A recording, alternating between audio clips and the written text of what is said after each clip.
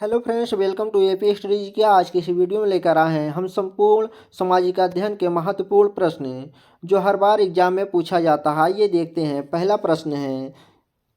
प्रश्न है, इतिहास को समय क्रम में लिखने की विधि क्या कहलाती है? इतिहास को समय क्रम में लिखने की विधि कालक्रम कहलाती है। अगला प्रश्न है, पुरातत्व में लिखित साक्ष्यों को क्या कहा जाता है? पुरातत्व में लिखित साक्ष्यों को अभिलेख कहा जाता है। अगला प्रश्न है, भारत में पुरापाषाण काल का मुख्य जीवन आधार क्या था? भारत में पुरापाषाण काल का मुख्य जीवन आधार शिकार और खाद्य संग्रह था। अगला प्रश्न है, मेसोलिथिक काल की प्रमुख विशेषता क्या थी? मेसोलिथिक काल की प्रमुख विशेषता सूक्ष्म पाषाण औजार, छोटे पत्थर के औजार थे। अगला प्रश्न है, नवपाषाण काल में मानव का प्रमुख परिवर्तन क्या था? कृषि की शुरुआत। अगला प्रश्न है, हड़प्पा सभ्यता की खोज किसने की थी? हड़प्पा सभ्यता की खोज दयाराम साहनी ने की थी। अगला प्रश्न है, हड़प्पा सभ्यता का सबसे बड़ा नगर कौन सा था? हड़प्पा सभ्यता का सबसे बड़ा नगर मोहनजोदड़ो था। अगला प्रश्न है, हड़प्पा सभ्यता का प्रमुख व्यवसाय क्या था? हड़प्पा सभ्यता का प्रमुख व्यवसाय कृषि और व्यापार था। अगला प्रश्न है, वैदिक काल में सभा और समिति किससे संबंधित थी? वैदिक काल में सभा समिति राजनीतिक संस्थाओं से संबंधित थी। अगला प्रश्न है, वैदिक समाज का मुख्य पेशा क्या था? मुख्य पेशा पशुपालन था। अगला प्रश्न है, पृथ्वी की अक्ष कितनी डिग्री झुकी है? पृथ्वी की अक्ष 23.5 डिग्री झुका हुआ है। अगला प्रश्न है, पृथ्वी पर दिन रात होने का कारण क्या है? पृथ्वी का घूर्णन करना। अगला प्रश्न है, अक्षांश रेखाओं की कुल संख्या कितनी मानी जाती है? 181। अगला प्रश्न है, देशांतर रेखाएं किसके निर्धारण में सहायक हैं? समय निर्धारण में। अगला प्रश्न है, भारत किस गोलार्ध में स्थित है? भारत उत्तरी पूर्वी गोलार्ध में स्थित है। अगला प्रश्न है, वायुमंडल की सबसे निचली परत कौन सी है? वायुमंडल की सबसे निचली परत क्षोभ मंडल है। अगला प्रश्न है, मौसम संबंधित सभी घटनाएं किस मंडल में होती हैं? क्षोभ मंडल में। अगला प्रश्न है, पृथ्वी की सबसे ऊपरी परत कहलाती है भूप्रपटी। अगला प्रश्न है, ज्वालामुखी किस मंडल से संबंधित है? भूमंडल से। अगला है, जलमंडल का सबसे बड़ा भाग क्या है? महासागर। अगला प्रश्न है, संविधान का निर्माण किस संस्था ने की है? संविधान सभा ने। अगला है, भारत को संप्रभु घोषित करने वाला शब्द कौन सा है? संप्रभु शब्द। अगला प्रश्न है, लोकतंत्र में सर्वोच्च शक्ति किसके पास होती है? जनता के पास। अगला है, सरकार कितने अंग होते हैं? सरकार के कितने अंग होते हैं? 3 अंग। अगला प्रश्न है, विधायिका का मुख्य कार्य क्या है? विधायिका का मुख्य कार्य कानून बनाना है। कार्यपालिका का मुख्य कार्य कौन होता है? प्रमुख कौन होता है? कार्यपालिका का प्रमुख राष्ट्रपति होते हैं। अगला प्रश्न है, न्यायपालिका का मुख्य कार्य क्या है? न्याय प्रदान करना। भारत में मौलिक अधिकार कितने हैं? 6 प्रकार के। अगला प्रश्न है, कानून के समक्ष समानता किस अधिकार में आती है? समानता का अधिकार में। अगला प्रश्न है, बाल श्रम निषेध किस अधिकार से जुड़ा है? शोषण के विरुद्ध अधिकार से। अगला प्रश्न है, शिक्षा शास्त्र में सीखने की प्रक्रिया किस पर आधारित है? शिक्षा शास्त्र में सीखने की प्रक्रिया अनुभव पर आधारित है। अगला प्रश्न है, बाल केंद्रित शिक्षा का समर्थक कौन था? जॉन ड्यूने। अगला प्रश्न है, सीखने की प्रेरणा का मुख्य स्रोत है अभिप्रेरणा। अगला प्रश्न है, मूल्यांकन का उद्देश्य क्या है? मूल्यांकन का उद्देश्य सीखने की जांच करना है। अगला प्रश्न है, सतत एवं व्यापक मूल्यांकन किससे संबंधित है? विद्यार्थी विकास से। अगला प्रश्न है, शिक्षण अधिगम की इकाई क्या होती है? शिक्षण अधिगम की इकाई पाठ होता है। अगला प्रश्न है, शिक्षण में सहायक सामग्री का उद्देश्य क्या है? रुचि बढ़ाना। अगला प्रश्न है, बालकों में व्यक्तिगत भिन्नता किस कारण होती है?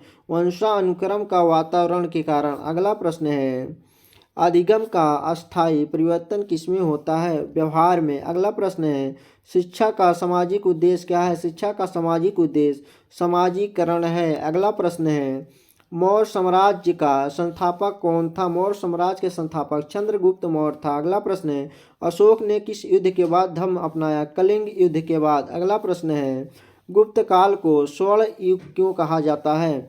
सांस्कृतिक उन्नति के कारण। अगला प्रश्न है, भारत में शून्य की खोज किस काल में हुई थी?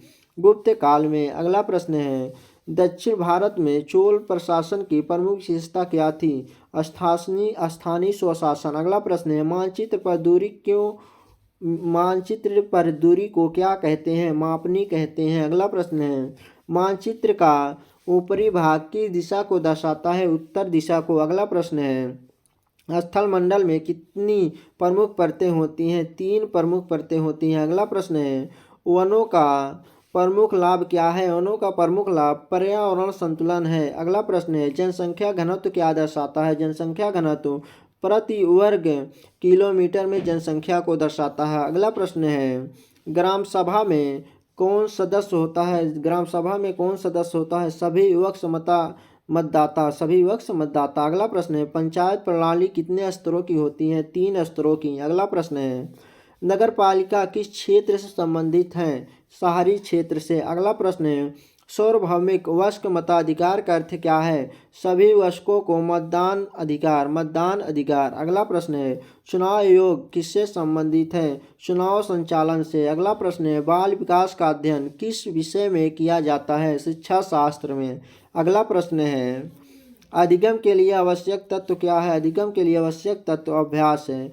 कक्षा का प्रबंधन का उद्देश्य क्या है? अनुशासन बनाए रखना। अगला प्रश्न है, शिक्षक की भूमिका किस प्रकार की होनी चाहिए? मार्गदर्शक होनी चाहिए। अगला प्रश्न है, शिक्षा में अनुशासन का उद्देश्य क्या है? आत्मनियंत्रण। अगला प्रश्न है, इतिहास में सिक्कों के अध्ययन को क्या कहा जाता है? मुद्रा विज्ञान। अगला प्रश्न है, ताम्र प्रसार काल की प्रमुख धातु कौन सी है? तांबा। अगला प्रश्न है, हड़प्पा सभ्यता के नगर किस योजना पर बने थे?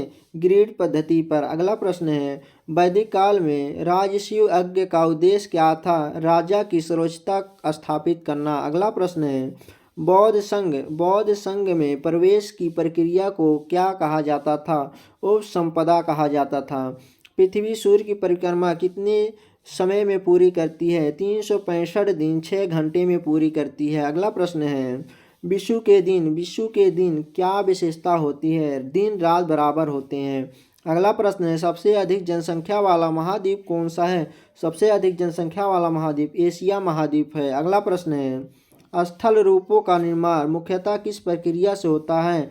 आंतरिक और बाह्य शक्तियों से। अगला प्रश्न है, पृथ्वी की आंतरिक संरचना का अध्ययन किससे किया जाता है? भूकंपीय तरंगों से। अगला प्रश्न है, लोकतंत्र में जवाबदेही किसके प्रति होती है? जनता के प्रति। अगला प्रश्न है, कानून बनाने की अंतिम शक्ति किसके पास होती है? विधायिका के पास। मौलिक अधिकारों की रक्षा कौन करता है? मौलिक अधिकारों का रक्षा न्यायपालिका करता है। अगला प्रश्न है, बाल अधिकारों की रक्षा किस अधिनियम से जुड़ी है? बाल अधिकार संरक्षण अधिनियम से। अगला प्रश्न है, सरकार द्वारा लगाए गए करों का उद्देश्य क्या है? सरकार द्वारा लगाए गए करों का उद्देश्य सार्वजनिक व्यय की पूर्ति करना है। अगला प्रश्न है, शिक्षा शास्त्र में अधिगम का अर्थ क्या है? शिक्षा शास्त्र में अधिगम का अर्थ है व्यवहार में अस्थायी परिवर्तन करना। अगला प्रश्न है, बालक की सर्वांगीण विकास का विचार किससे जुड़ा है? समग्र शिक्षा से। अगला प्रश्न है, कक्षा में प्रश्न उत्तर विधि का उद्देश्य क्या है? सक्रिय सहभागिता। अगला प्रश्न है, बुद्धि परीक्षण का जनक किसे माना जाता है? अल्फ्रेड बीने को। अगला प्रश्न है, शिक्षा में अनुशासन का आधुनिक सिद्धांत किस पर आधारित है? आत्म अनुशासन पर। अगला प्रश्न है, मौर्य प्रशासन में सबसे ऊंचा अधिकारी कौन था? सम्राट। अगला प्रश्न है, अशोक के शिलालेख किस भाषा में लिखे गए हैं? प्राकृतिक भाषा में। अगला प्रश्न है, गुप्त काल में भूमि अनुदान की शुरुआत क्यों महत्वपूर्ण है? समांती प्रवृत्ति के कारण। अगला प्रश्न है, दक्षिण भारत में सभा प्रणाली किससे जुड़ी थी? ब्राह्मण बस्तियों से। अगला प्रश्न है, इतिहास में यात्रियों के विवरण क्यों महत्वपूर्ण है? समकालीन समाज का वर्णन देते हैं। अगला प्रश्न है, मानचित्र में नीला रंग किसे दर्शाता है? जल भाग को। अगला प्रश्न है, प्राकृतिक वनस्पति किस पर निर्भर करती है? जलवायु पर। अगला प्रश्न है, नवीकरणीय संसाधन का उदाहरण है सौर ऊर्जा। अगला प्रश्न है, मरुस्थलीय क्षेत्र में जनसंख्या कम क्यों होती है? जल की कमी के कारण। अगला प्रश्न है, पृथ्वी का सबसे गहरा भाग कौन सा है? पृथ्वी का सबसे गहरा भाग मेंटल और क्रोड का संधि क्षेत्र है। अगला प्रश्न है, ग्राम पंचायत का प्रमुख कौन होता है? ग्राम पंचायत का प्रमुख प्रधान होता है। अगला प्रश्न है, लोकतांत्रिक सरकार की पहचान क्या है? लोकतांत्रिक सरकार की पहचान जनता की भागीदारी है। अगला प्रश्न है, संविधान में धर्मनिरपेक्षता का अर्थ क्या है? सभी धर्मों का समान व्यवहार। अगला प्रश्न है, नागरिकों के कर्तव्य किस अनुच्छेद में दिए गए हैं?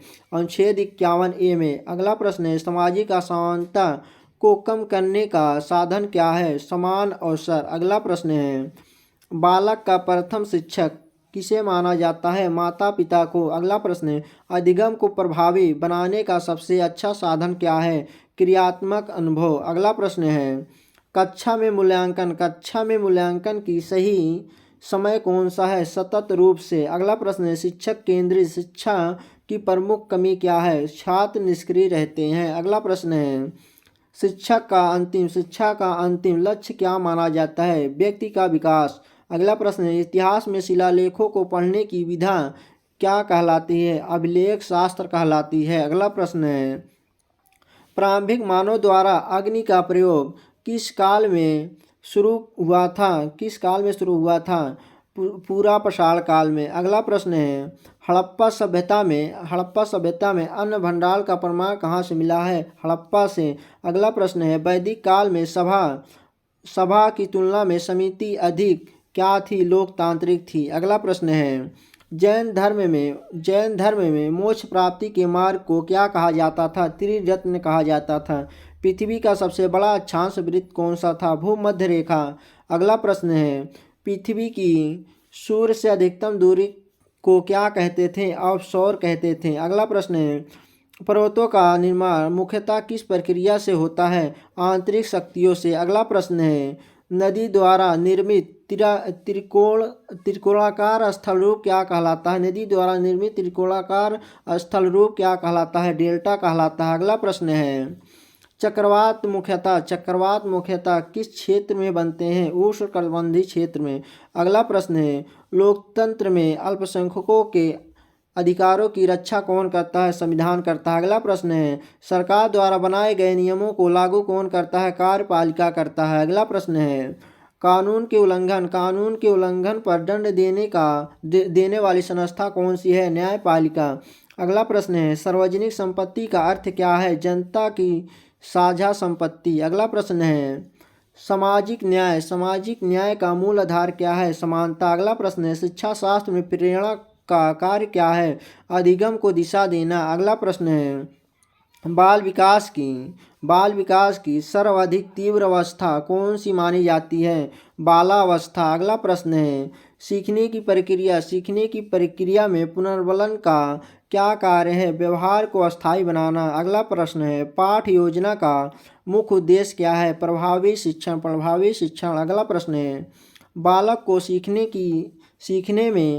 को सीखने में सक्रिय बनाने की विधि कौन सी है? क्रियात्मक विधि। मौर्य काल में प्रांतीय शासन का प्रधान अधिकारी कौन था? कुमार। अगला प्रश्न है, अशोक के धम्म का मूल उद्देश्य क्या था? नैतिक आचरण। गुप्त प्रशासन में भूमि कर को क्या कहा जाता था? भाग कहा जाता था। अगला प्रश्न है, चोल काल में ग्राम सभाएं किस नाम से जानी जाती थीं? उर और सभा के नाम से। मध्यकालीन इतिहास के अध्ययन में यात्रियों के वृत्तांत क्यों उपयोगी हैं? प्रत्यक्ष विवरण के कारण। अगला प्रश्न है, स्थल मंडल की सबसे मोटी परत कहाँ पाई जाती है? महाद्वीपों के नीचे। अगला है, प्राकृतिक आपदाओं का मुख्य कारण क्या है? प्राकृतिक प्रक्रियाएं। अगला प्रश्न है, खनिज संसाधन किस प्रकार के संसाधन हैं? अनवीकरणीय संसाधन। मानसून पवनें भारत में वर्षा का प्रमुख कारण क्यों है? आर्द्रता के कारण। अगला प्रश्न है, पृथ्वी पर जीवन संभव होने का मुख्य कारण क्या है? उपयुक्त जलवायु। अगला है, ग्राम पंचायत का कार्यकाल कितने वर्षों का होता है? 5 वर्षों का। अगला प्रश्न है, लोकतांत्रिक शासन में निर्णय कैसे लिए जाते हैं? बहुमत से। अगला है, संविधान में संशोधन की प्रक्रिया किससे जुड़ी है? संसद से। अगला प्रश्न है, नागरिकों को अपने अधिकारों के साथ क्या निभाना चाहिए? कर्तव्य निभाना चाहिए। अगला प्रश्न है, कानून का शासन किस सिद्धांत पर आधारित है? समान कानून पर। अगला है शिक्षा में मूल्यांकन और परीक्षा में मुख्य अंतर क्या है? मूल्यांकन सतत होता है। अगला प्रश्न है सीखने में रुचि का विकास किससे होता है? प्रेरक वातावरण से। अगला है बुद्धि का सर्वमान्य परीक्षण किसने विकसित किया है? बीने साइमन ने। अगला प्रश्न है शिक्षा को प्रभावी बनाने वाला गुण कौन सा है? विषय ज्ञान। बालक की जिज्ञासा को बढ़ाने का सर्वोत्तम साधन क्या है? प्रश्न उत्तर। अगला प्रश्न है इतिहास में तिथियों का निर्धारण किस विधि से किया जाता है? काल निर्धारण से। अगला है पृथ्वी का घूर्णन का प्रभाव किस पर पड़ता है? दिन रात पर। अगला है सामाजिक विविधता का अर्थ क्या है? सामाजिक विविधता का अर्थ है भिन्न भिन्न समूहों का अस्तित्व। अगला प्रश्न है शिक्षा को मानव संसाधन में बदलने वाला तत्व क्या है? कौशल। अगला प्रश्न है नागरिक चेतना का विकास किससे होता है? शिक्षा से। अगला प्रश्न है हड़प्पा सभ्यता की लिपि अब तक कैसी है? अपठित लिपि है। अगला प्रश्न है नदियों का अपर्दन कार्य मुख्यतः किस भाग में होता है? ऊपरी प्रवाह में। अगला प्रश्न है स्थानीय स्वशासन लोकतंत्र की कौन सी इकाई है? आधारभूत इकाई। अगला प्रश्न है अधिगम को अस्थायी बनाने का सबसे प्रभावी साधन क्या है? अभ्यास। अगला प्रश्न है शिक्षा का अंतिम सामाजिक उद्देश्य क्या है? उत्तरदायी नागरिक बनाना। इतिहास में हस्तलिखित पुस्तक को क्या कहा जाता है? पांडुलिपि कहा जाता है। अगला प्रश्न है पांडुलिपियां प्रायः किस पर लिखी जाती थी? ताड़पत्र और भोजपत्र पर। अगला प्रश्न है हड़प्पा सभ्यता में ईंटें किस अनुपात में बनी होती थीं? 1:2:4 के अनुपात में बनी होती थीं। अगला प्रश्न है वैदिक काल में पुरोहित का मुख्य कार्य क्या था? यज्ञ कराना। अगला प्रश्न है बौद्ध धर्म में अष्टांगिक मार्ग किससे संबंधित है? दुख निरोध से। अगला प्रश्न है पृथ्वी की घूर्णन गति भूमध्य रेखा पर कैसी होती है? सर्वाधिक होती है। अगला प्रश्न है पृथ्वी की सूर्य से न्यूनतम दूरी क्या कहलाती है?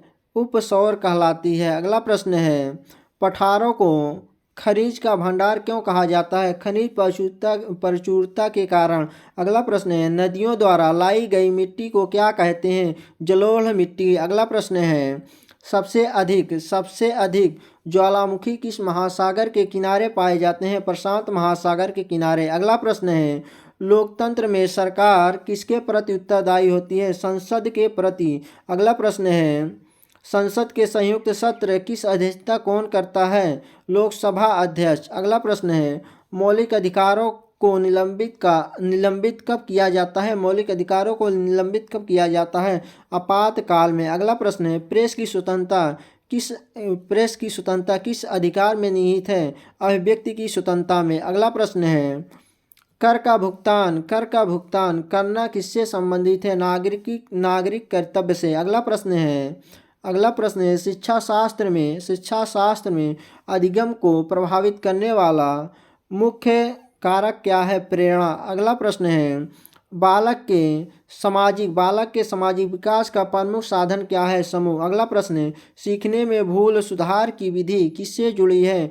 प्रयास एवं रूटि से। अगला प्रश्न है कक्षा शिक्षण में श्यामपट्ट का मुख्य लाभ क्या है? दृश्य स्पष्टता। अगला प्रश्न है शिक्षा में सह पाठ्यक्रम गतिविधियों का उद्देश्य क्या है? स्वर्गीण विकास। अगला प्रश्न है मौर्य काल में गुप्तचर व्यवस्था को क्या कहा जाता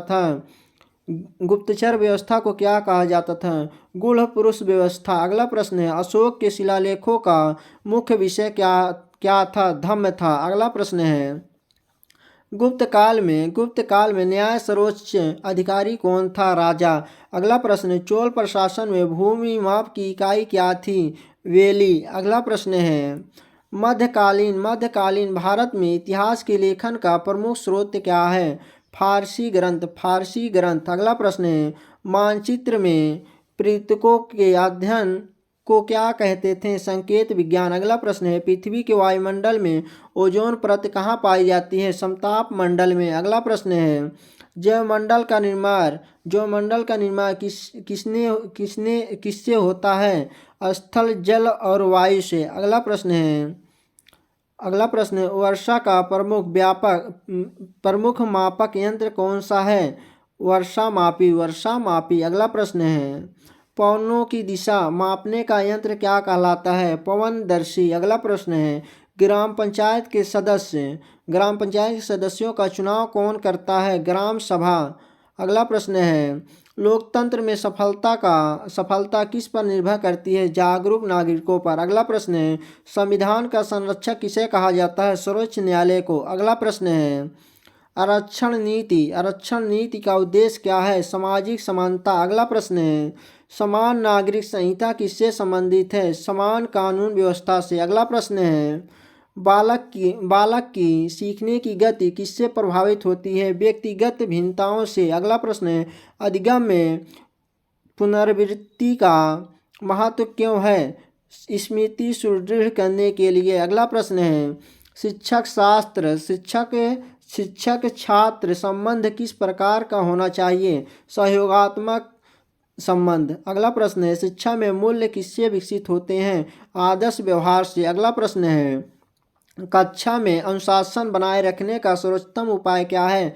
आत्म अनुशासन। इतिहास में तिथियों का गणना की पद्धति क्या कहलाती है? काल गणना। अगला प्रश्न है, पृथ्वी पर ऋतुओं का परिवर्तन किस कारण होता है? अक्षीय झुकाव के कारण। अगला है, सामाजिक न्याय का विचार किससे जुड़ा है?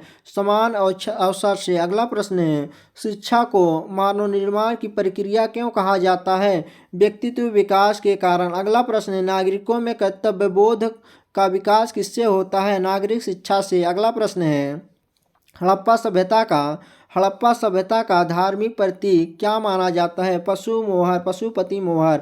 अगला प्रश्न है, नदियों का निक्षेपण कार्य मुख्यतः कहाँ होता है? निचले प्रवाह में। अगला प्रश्न है, स्थानीय शासन जनता को क्या सिखाता है? लोकतांत्रिक सहभागिता। अगला प्रश्न है, अधिगम को जीवन से जोड़ने वाली विधि कौन सी है? अनुभवात्मक विधि। अगला प्रश्न है, शिक्षा का राष्ट्रीय उद्देश्य क्या माना जाता है? राष्ट्रीय निर्माण। अगला प्रश्न है, इतिहास में वस्तुओं के अध्ययन को क्या कहा जाता है? पुरातत्व। अगला प्रश्न है, मानव इतिहास का सबसे लंबा काल कौन सा है? पूरा पाषाण काल। अगला प्रश्न है, हड़प्पा सभ्यता में जल निकासी व्यवस्था क्यों उन्नत मानी जाती है?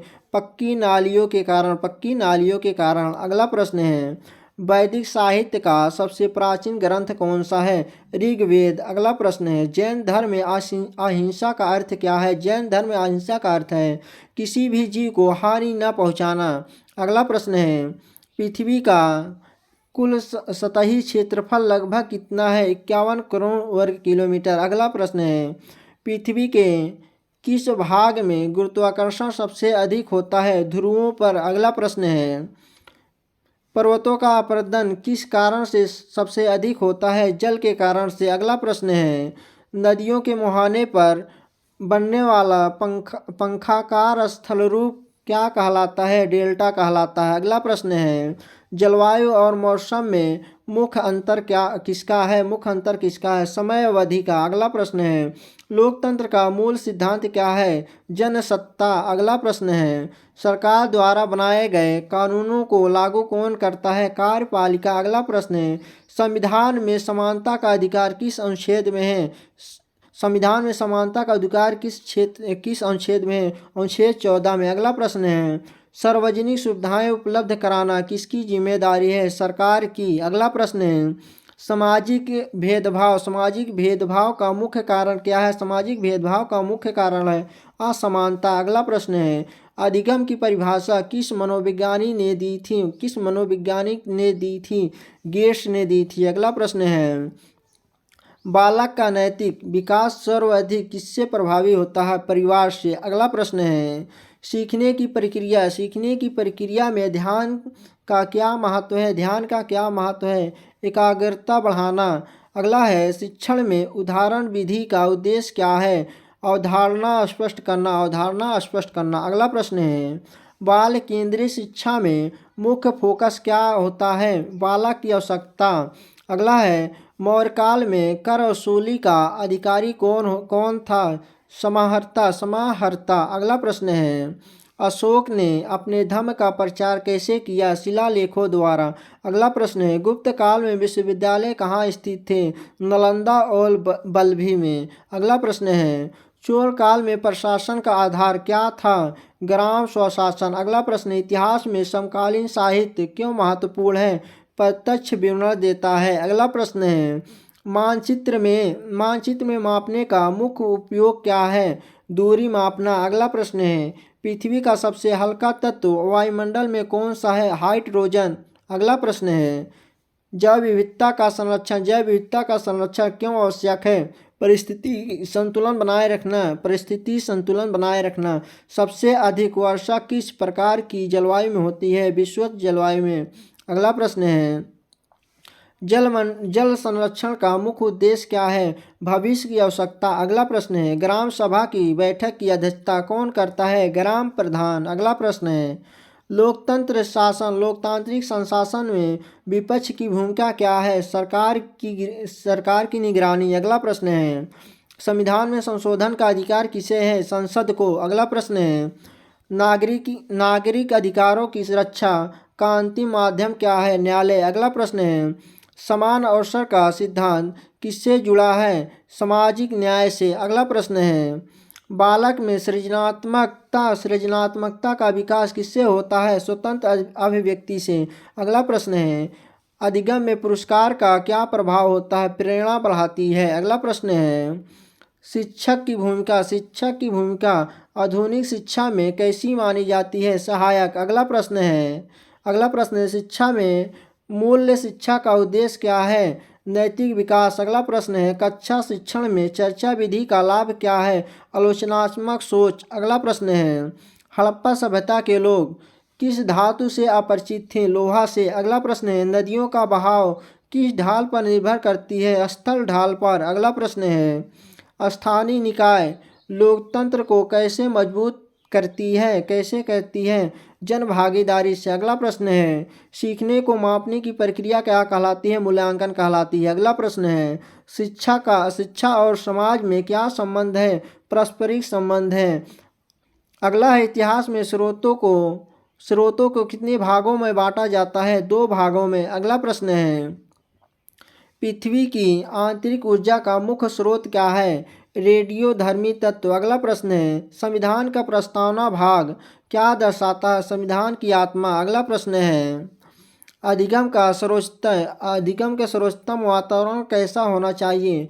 तनाव मुक्त होना चाहिए। अगला प्रश्न है, शिक्षा का दीर्घकालिक उद्देश्य क्या है? सामाजिक परिवर्तन। अगला प्रश्न है, इतिहास में मौखिक परंपराओं को किस श्रेणी में रखा जाता है?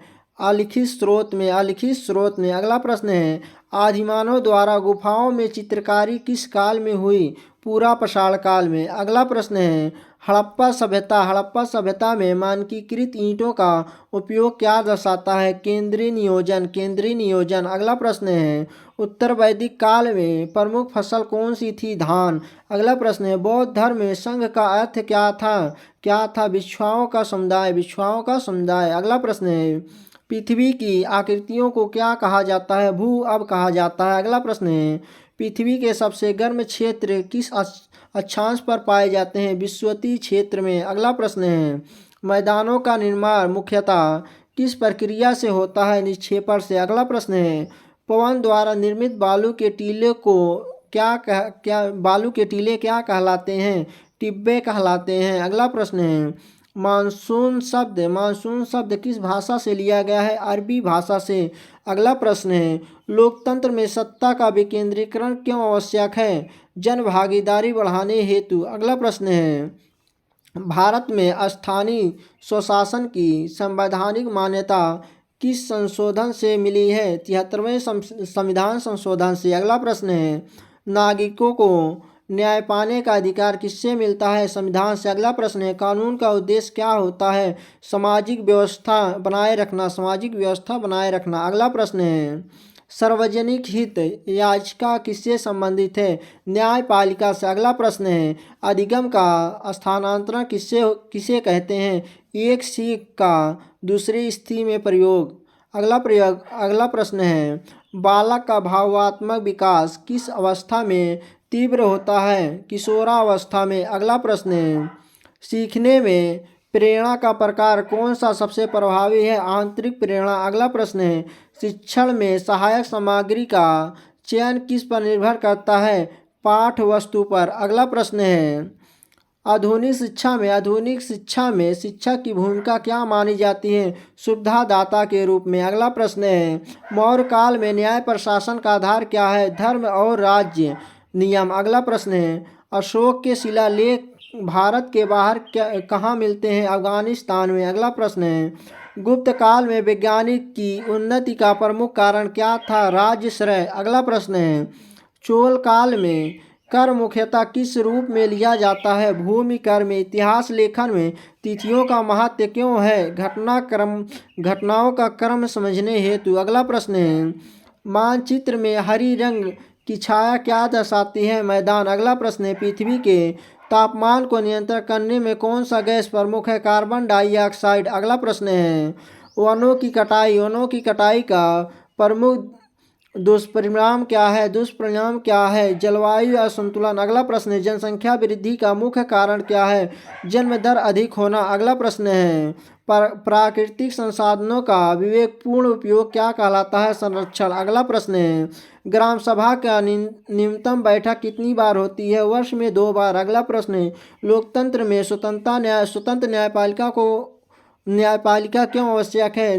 निष्पक्ष न्याय हेतु। अगला प्रश्न है, मौलिक कर्तव्यों को संविधान में कब जोड़ा गया? 42वें संविधान संशोधन द्वारा। अगला प्रश्न है, सामाजिक समानता का आधार है समान अधिकार। अगला प्रश्न है, राज्य का मुख्य उद्देश्य क्या माना जाता है? जन कल्याण। अगला प्रश्न है, बालक के बौद्धिक विकास का मुख्य साधन क्या है? सोचने की क्षमता। अगला प्रश्न है, अधिगम में अभ्यास का नियम किसने दिया? थर्नडाइक ने। अगला प्रश्न है, कक्षा में सामूहिक कार्य का लाभ क्या है?